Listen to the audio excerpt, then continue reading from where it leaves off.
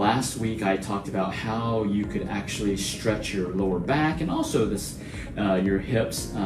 But today we're going to focus on the internal, the additional muscles, right? Your knee to your chest, right? They allow you to do that.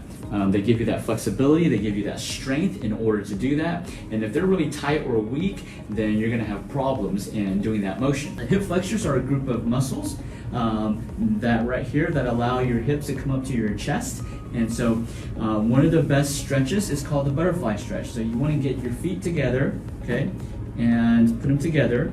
You can see mine are super tight. You can tell how tight they are based on how high your knees are to the ground. So mine's like super high. So obviously I haven't been stretching, right? Basically, you just want to get your feet together and just pull and just relax. You don't have to do anything in the beginning. If you've never done this stretch before, you just need to relax and allow your knees to just fall to the ground. Use gravity, right? Stay here for about 30 seconds to 1 minute, and you'll start to see that your knees are lowering down, okay, your hip flexors are relaxing, and there's advanced ways that you can do.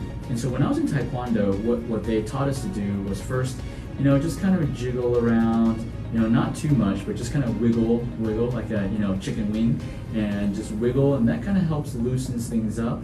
Don't go too much, otherwise you might tear something. If you're running, any type of sports, you definitely want to make sure your hip flexors are loose, nice and stretched before you do anything, otherwise you may cause some tendonitis or cause some damage.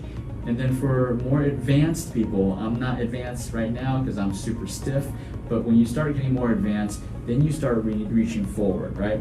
Or you can push your feet closer to your body. That also increases the tension, and it also really targets those hips. And so you can also reach forward towards your, past your toes, and that will also give you a nice stretch.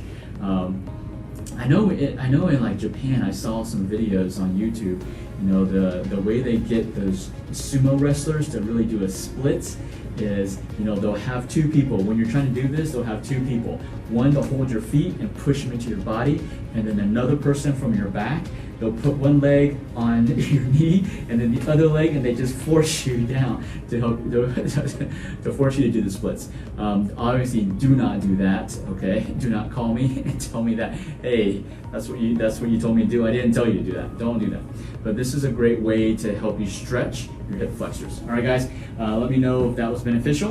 And start. There's tons of stretches that you can be doing.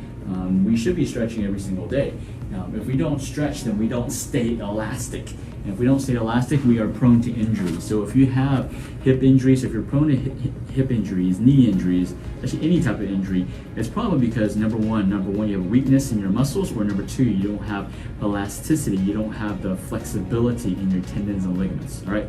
So stretching is crucial. It's not a luxury. It's something you have to do every single day.